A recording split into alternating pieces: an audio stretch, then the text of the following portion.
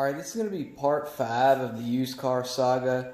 We've already replaced the brakes, the engine oil, and tuned it up. And now we need to replace other things that we found wrong with it. The first being the engine mounts.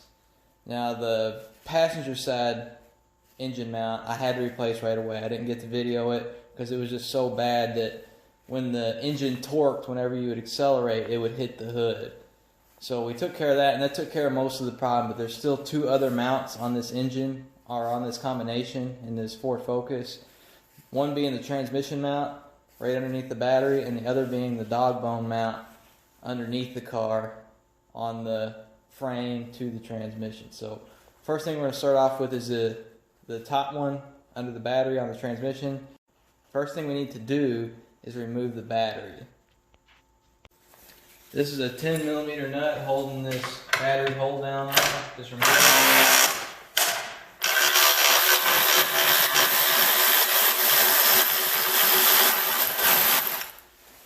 Once you get the nut off, you can pull the strap off. Then you can pull the battery cover. Then you need to remove both terminals. And it looks like it's a 10mm on both sides, so we can just loosen that one, loosen that one, pull the positive off, set it to the side, pull the negative off, set it to the side, and lift the battery up and out. Now we need to remove the battery box itself. The battery box is held in with 4 13mm fasteners. There's 3 nuts on the bottom and 1 bolt on the side, so we're going to go ahead and remove those. Go ahead and remove the bolt first.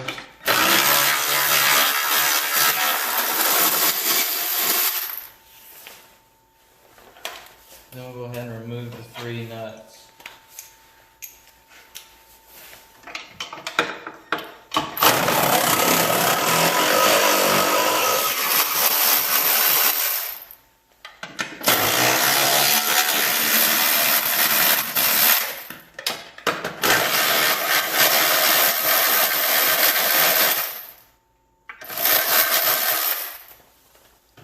Once we get those disconnected, it should just pop right up.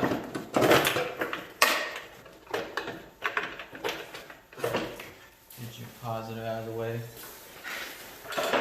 And as you can see, that's our mount right here. And it looks pretty shiny, like it's been replaced before, but you can see in there that the rubber is starting to rip, which is a sign it's going bad. And they usually, once this one right here goes out, this one's not far to follow, so it's best to replace them in pairs. It's a good thing we're doing them now.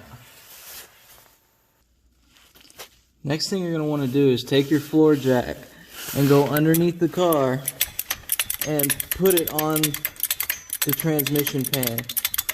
You don't need to lift the whole car up by the transmission pan by any means, but you just need this jack to hold the weight of the transmission and engine when you take them bolts out. That way it doesn't just fall. So we got the jack holding it. Now we can go ahead and loosen the nuts that hold the mount on itself. First thing we're going to remove is this big 21mm nut here in the center of the mount. This is the highest torque one, so it might take a little bit to break it loose, but you should be able to get it.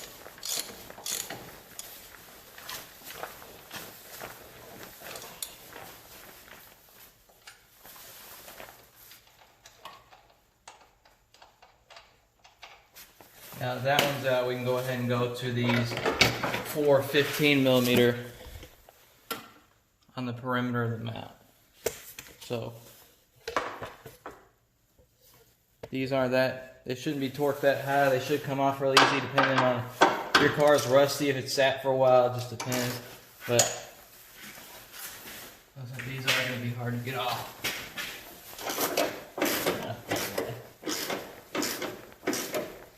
So we're going to go ahead and remove these 4 and then take it from there. Now that we've got the 4 15mm nuts undone and the 19mm off of the stud that comes out of the transmission. We can go ahead and remove the old mount. And as you can see too, one important note on reinstallation, I mean this one only goes on one way really, but you can see there's a dowel right here and it goes in that notch. So this only goes in one way. As you can see, this is the new one. You can see it in there, so it'll sit in there like this. As you can see, it fit right in. Now we can go ahead and hand start these 4 nuts and the 19mm in the middle, and we can tighten it up.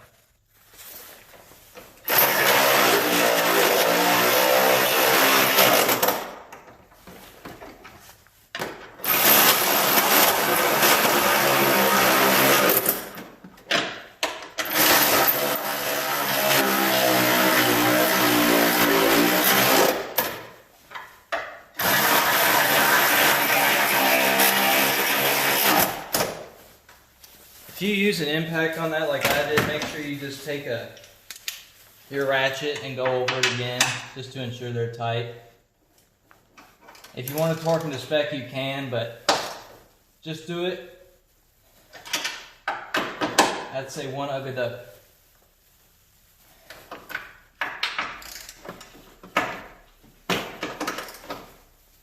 Just get them tight so you won't cross thread or you won't mess up the threads and you won't break the stud.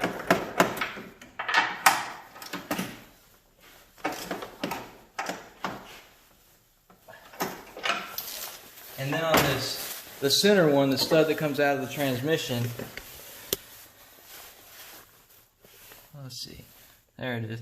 As you can see, there's a lot less room, but what we're going to do is as we tighten that up, the nut will draw the transmission up into the hole. So that's the way we're going to do it. Now we're going to go ahead and tighten the center stud up.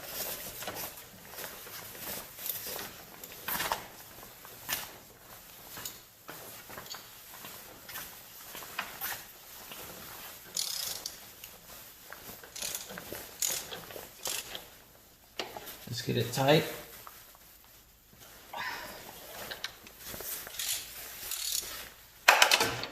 And that replacement's done. Now we can go ahead and put the battery box back in, the battery, and then we'll go to the dog bone mount underneath the car.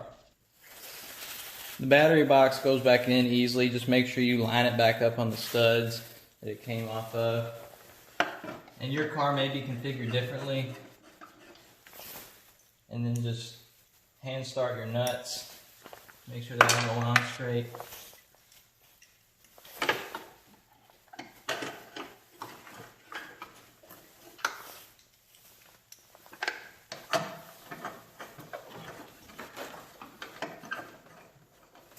And this one did have 1 bolt. We'll put the bolt back in there too. Now we can go ahead and tighten them all up.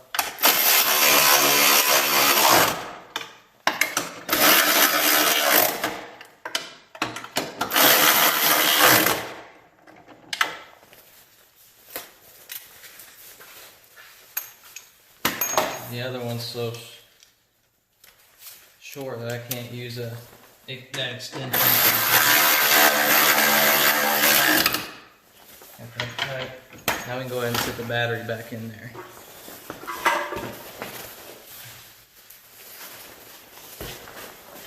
The battery only goes in one way. Just make sure you don't hook it up backwards. Positive goes positive. Negative goes to negative.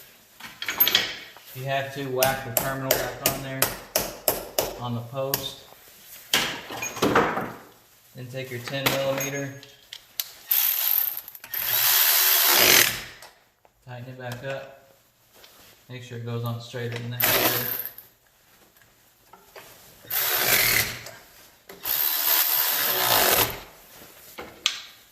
Now we can take our handle,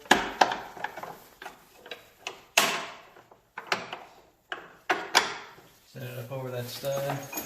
Put the nut back on it.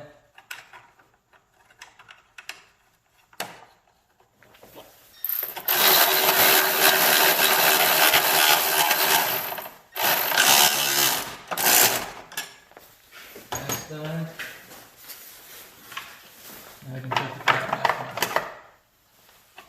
on. Actually, we did that wrong, sorry.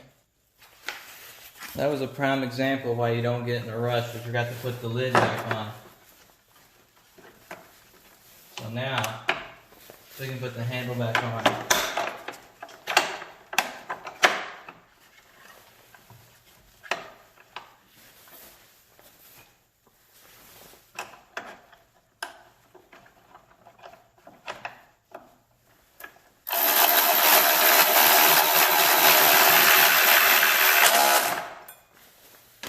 There we go. Now the top one's done. We can go ahead to the bottom one. Now, in order to do this lower dog bone mount, you do have to jack the car up because there's simply no room to work underneath the car. So we're going to go to this sturdy spot right here on the body.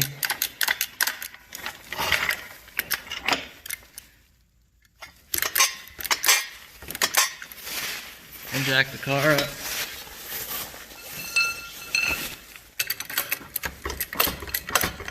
And I'm just going to jack it up as high as it can go. That way I have the most amount of room to work underneath it. And so I can put a jack stand underneath it to keep the car from falling on me. So once I get this jacked up and a jack stand underneath it, I'll meet you under the car. Okay, as you can see, we got the jack stand on the subframe. Well, it's not the subframe, but it's the main structure of the body. And we got the jack holding it as well. Now we'll crawl under the car to the dog bone mount and go. You can see here's the lower dog bone mount. It has a 13mm bolt going through it right there, and a 13mm bolt going through it, hang on, right there. So I don't have much room to film in here, but once I break these loose, I'll get back with you. I just can't fit my tripod or anything under here, so stay tuned. Alright, now we got this front one loose enough that the Milwaukee can take it out. Go ahead and remove it.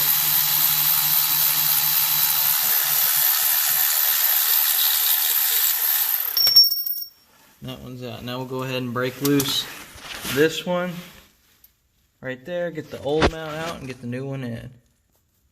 Now we got the far one loose enough for the Milwaukee to take out.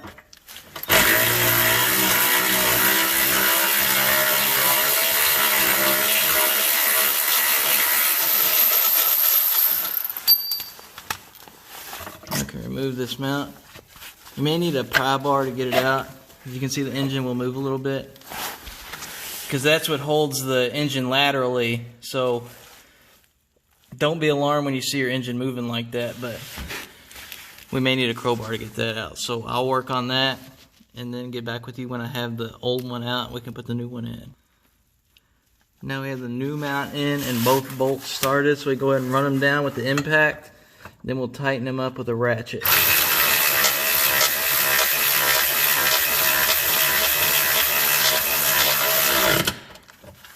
That one.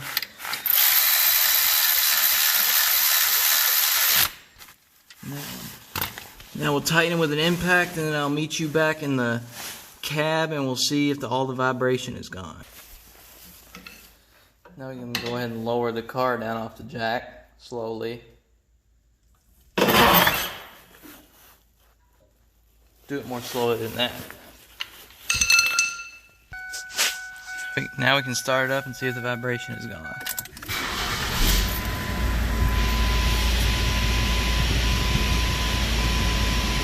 There's no vibration whatsoever.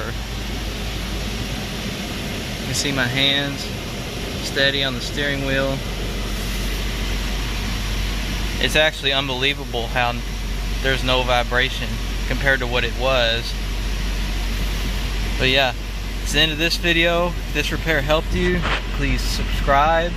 Otherwise, like and comment, and I'll see you in the next edition of the Used Car Saga.